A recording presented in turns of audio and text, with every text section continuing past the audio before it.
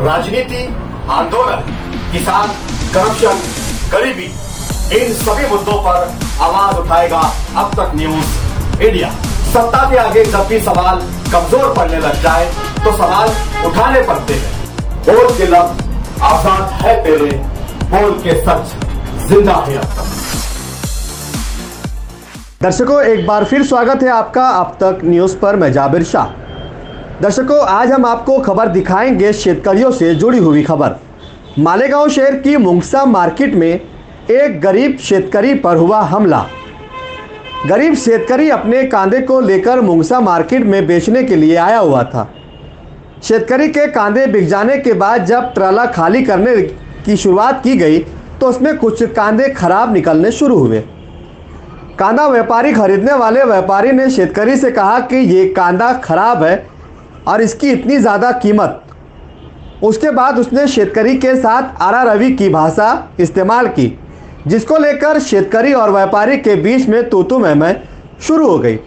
शेतकरी के बताने के मुताबिक शेतकरी ने कहा कि इस कांदे के खराब निकलने के कारण व्यापारी और व्यापारियों के साथ कुछ 3-4 लोगों ने मिलकर बेतासा बेदर्दी के साथ एक गरीब शेतकरी के साथ मारपीट की, जो आज मालेगांव सामान्य रोगनालय के हॉस्पिटल में 3 दिनों से एडमिट है, जिसकी अभी तक कोई भी पुलिस FIR नहीं ली गई है।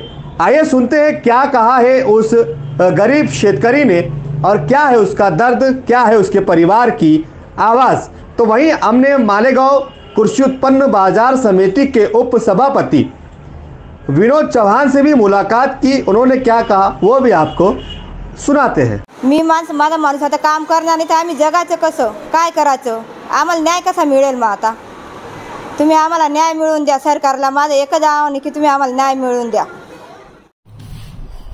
विनोद भाऊ, 2 दिवस अगोदर मुंगसामध्ये एक शेतकरीवर हल्ला झालेला होता। काय झालं त्या प्रकरणामध्ये आणि काही माहिती अशी मिळालेली आहे की काही व्यापारी होते ज्यांनी हल्ला केलेला आहे।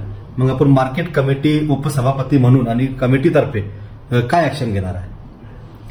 परवाच्या दिवशी उशिरापर्यंत बाजार चालला। लिलाव झाल्यानंतर शेतकरी संबंधित व्यापाऱ्याच्या खड्यावर गेले। तिथं शेतमाल खाली करत असताना प्रतवारी करून कांदा आणलेला नाही म्हणून व्यापाऱ्याने हरकत घेतली। शेतकऱ्याने सांगितलं की माझा माल भरून द्या, परंतु व्यापारी आणि शेतकऱ्यांमध्ये तू मैमै झाली। त्याच्यात व्यापाऱ्याने शेतकऱ्यावर हात उचलला, त्याला मारहाण केली। तर त्यानंतर कर्मचाऱ्यांनी त्या ठिकाणी मध्यस्थी करून सोडवणूक केली। परंतु सर्वात महत्त्वाचं अशी काही गोष्ट घडली तर व्यापाऱ्यांचं काम आहे, त्यांनी जे बाजार समितीचं प्रशासन आहे, तिथलं कार्यालय आहे, तिथल्या संबंधित कर्मचाऱ्यांना याची कामगिरी करणं किंवा शेतकऱ्यांनी सुद्धा असं काही घडलं तर बाजार समितीच्या कार्यालयात संपर्क साधणं। परंतु परस्पर व्यापाऱ्याच्या खड्यावर हे भांडण झालं आणि दुसऱ्या दिवशी, त्या दिवशी रात्री उशीर झाला, त्याच्यामुळे दुसऱ्या दिवशी सकाळी संबंधित जे शेतकरी आहेत दीपक पानसरे हे मालेगाव मार्केटला आले। त्यांनी लेखी अर्ज आमच्याकडे दिला की अशा पद्धतीने लिलाव झाल्यानंतर कांदा वाहन खाली करत असताना व्यापाऱ्याने माझ्याशी हुज्जत घातली, मला मारहाण केली। त्याने मारहाणचा प्रकार त्याला जे छातीला बरगडीला लागलेला आहे ते देखील आम्हाला दाखवलं आणि अतिशय केविलवाण्या परिस्थितीत आम्हाला ती सर्व त्यांनी माहिती दिली।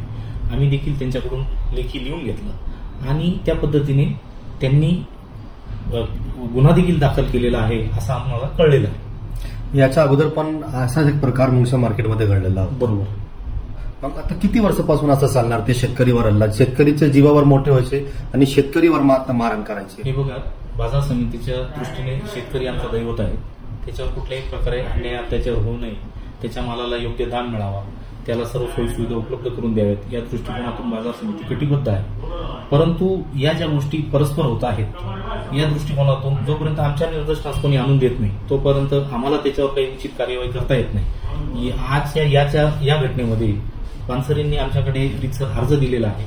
आम्ही 3 सदस्यीय आमच्या संचालकांची एक कमिटी नेमणार आहोत आणि ती कमिटी 7 दिवस सर्व लोकांशी चर्चा करून जबाब घेऊन त्या दृष्टिकोनातून त्या ठिकाणी जर व्यापारी आम्हाला दोषी आढळले तर त्यांचं लायसन्स देखील आम्ही सस्पेंड करण्याचा विचार करू। रवी दादा, मुंगसा मार्केटमध्ये जे प्रकार घडला त्या प्रकार संदर्भात आपली काय प्रतिक्रिया? मुंगसे कांदा उपबाजारमध्ये जो प्रकार 3 दिवसापूर्वी घडला तो अतिशय निंदनीय आहे.